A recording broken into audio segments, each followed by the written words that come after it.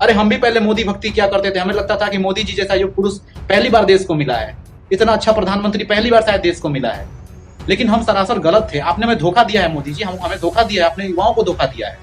आप बोलते हैं कि आप चाय बेचकर आगे आए, पर हमारी प्रॉब्लम आपको नहीं पता। सर, आपने हम लोगों का विश्वास तोड़ा है सर। हम करोड़ों छात्रों का विश्वास तोड़ा है। मोदी जी सिर्फ बात करेंगे तो पकौड़े तलने की बात करेंगे, खिलौने बनाने की बात करेंगे।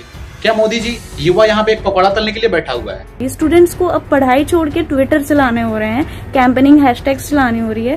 क्यों? क्योंकि उनको उनके मेहनत का रिजल्ट नहीं मिल रहा है। और क्या एक्सपेक्ट कर रहे हैं अब हम गवर्नमेंट से? तो क्या सरकार की आंखें खोलने के लिए हमें ट्विटर का सहारा लेना पड़ेगा? आपको नहीं पता है कि कब एग्जाम करवाना है, कब एग्जाम नहीं करवाना है? आपने जो किया है ना हम लोगों के साथ, वो मैं जिंदगी भर याद रखूंगा और पूरा विद्यार्थी याद रखेगा। ये आप पढ़ेगा युवा, लड़ेगा युवा, फिर बचेगा तो नौकरी करेगा युवा। Speak up for SSC students, speak up for RRB students. तुम जितना बच के निकलोगे हम टकराएंगे तुमसे। और बगावत किसको करनी है? ये हक की लड़ाई है तुमसे। हम 6 साल से मोदी जी के मन की बात सुन रहे हैं कि कभी तो मोदी जी युवाओं की बात करेंगे, युवाओं के मन की बात करेंगे, बेरोजगारी को दूर करने की बात करेंगे, सिस्टम में पारदर्शिता लाएंगे। लेकिन नहीं, मोदी जी सिर्फ बात करेंगे तो पकौड़े तलने की बात करेंगे, खिलौने बनाने की बात करेंगे। क्या मोदी जी युवा यहाँ पे एक पकौड़ा तलने के लिए बैठा हुआ है? 1.5 साल पहले रेलवे का फॉर्म भरा जाता है, 1.5 साल पहले, और 500-500 रुपए लिए जाते हैं हमसे फॉर्म भरने के, और कहा जाता है कि 400 रुपए बाद में वापस कर दिए जाएंगे। उधार ले रहे हैं क्या बच्चों से? आप दो ना मुझे 500 रुपए, ले लेना 6 महीने के बाद। तो 1.5 साल पहले फॉर्म भरा जाता है, 2.5 करोड़ बच्चे 500 रुपए देके फॉर्म भरते हैं, इस उम्मीद में फॉर्म भरते हैं कि जो 1 लाख सीट्स आए हुए हैं हमारी होगी सीटें, हमें नौकरी मिलेगी। लेकिन नहीं, आज 1.5 साल से 2 साल होने को हैं परीक्षा के, लेकिन आज तक फॉर्म भरने के 1.5 साल के बाद भी परीक्षा नहीं हुई है रेलवे की। पता नहीं बच्चा अंधकार में जी रहा है, परीक्षा होगी कि परीक्षा नहीं होगी। अरे हम भी पहले मोदी भक्ति क्या करते थे, हमें लगता था कि मोदी जी जैसा युग पुरुष पहली बार देश को मिला है, इतना अच्छा प्रधानमंत्री पहली बार शायद देश को मिला है। लेकिन हम सरासर गलत थे, आपने हमें धोखा दिया है मोदी जी, हमें धोखा दिया है, अपने युवाओं को धोखा दिया है। आप अपने सिस्टम में अपने मंत्रियों से पूछिए कि क्यों परीक्षा नहीं होती एसएससी की समय से, ज्वाइनिंग क्यों नहीं होती है समय से। 17 में फॉर्म भरा जाता है, एसएससी 2017 का फॉर्म भरा गया, उसके बाद उसकी परीक्षा हुई, लेकिन ज्वाइनिंग उसकी आज तक नहीं हुई। 21 आने को है, 18 का रिजल्ट अभी तक नहीं आता है। हेलो मोदी सर, आज मैं मजबूर होकर आपके खिलाफ वीडियो बनाना पड़ा, आपसे अपनी मांग रखनी पड़ी। सर, मैं पिछले 5 सालों से एसएससी की तैयारी कर रहा हूँ।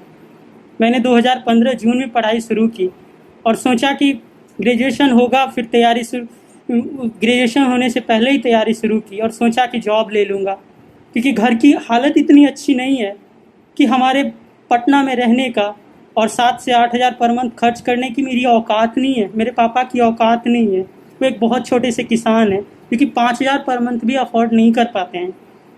और मैं खुद ट्यूशन पढ़ा के पिछले 4 सालों से पढ़ाई कर रहा हूँ पटना में रह के। एक स्टूडेंट्स के लाइफ की प्रॉब्लम आपको नहीं पता है क्या? आप बोलते हैं कि आप चाय बेचकर आगे आए, पर हमारी प्रॉब्लम आपको नहीं पता। सर, आपने हम लोगों का विश्वास तोड़ा है सर। हम करोड़ों छात्रों का विश्वास तोड़ा है। हम लोग आपसे ये एक्सपेक्ट नहीं करते थे। आप हमें क्या देश के निर्माता नहीं समझते हैं? क्या हम लोग देश के फ्यूचर नहीं हैं? मोदी साहब, मैं आपसे क्या बोलूं, कुछ कहने के लायक अब नहीं रहे आप। याद रखिएगा सर कि किसी भी देश का निर्माता वहाँ का युवा होता है। आपने जो किया है ना हम लोगों के साथ, वो मैं जिंदगी भर याद रखूंगा और पूरा विद्यार्थी याद रखेगा। ये आप क्या आप इंतजार करते हैं कि बच्चा ट्विटर पे कैंपेन चलाए? आज हमने ट्विटर पे कैंपेन चलाया कि हमारे लिए रेलवे का एग्जाम डेट बताइए हमें कि कब होगा रेलवे का एग्जाम। तो क्या सरकार की आंखें खोलने के लिए हमें ट्विटर का सहारा लेना पड़ेगा? आपको नहीं पता है कि कब एग्जाम करवाना है, कब एग्जाम नहीं करवाना है? मोदी जी, आपने कोरोना में बोला था कि ताली और थाली बजाइए डॉक्टर्स को बढ़ावा देने के लिए, डॉक्टर्स के मनोबल को बढ़ाने के लिए।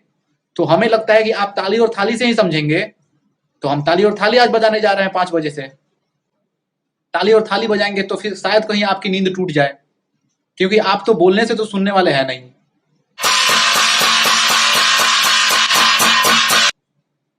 हिटलर की परंपरा बंद कीजिए मोदी जी, हिटलर की परंपरा बंद कीजिए। आपको युवाओं ने यहाँ बैठाया है, इस देश में सबसे ज्यादा जनसंख्या युवाओं की है।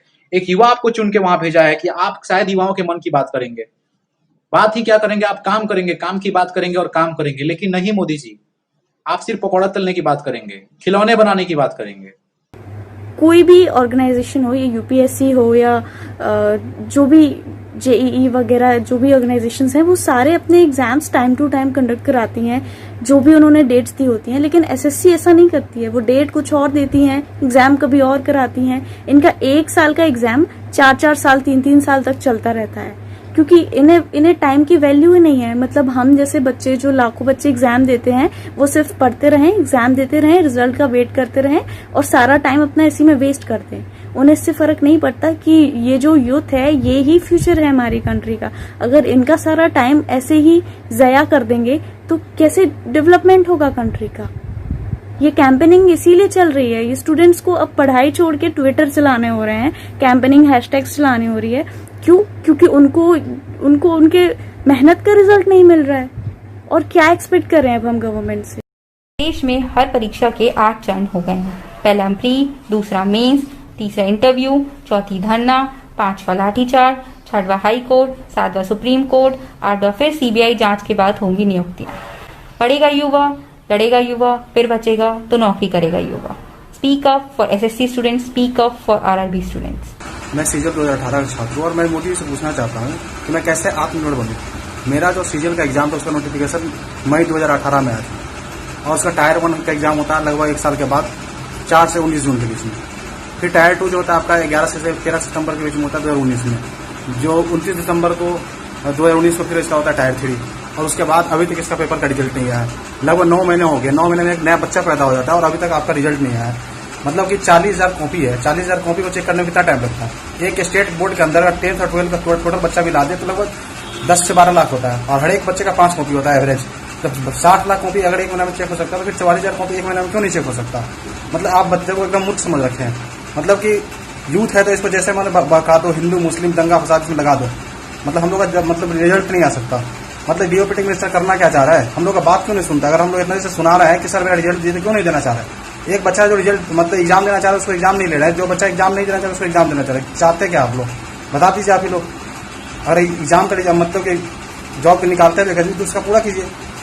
अगर नहीं निकालना है तो मत निकालिए ना। लड़का उम्मीद ही क्यों रखेगा, इससे खत्म कर दीजिए सिस्टम, कर दीजिए सब कुछ प्राइवेटाइज। क्या जब ये लड़का आएगा ही नहीं, न रहेगा मतलब जॉब, न भरेगा लड़का वैकेंसी के लिए फॉर्म।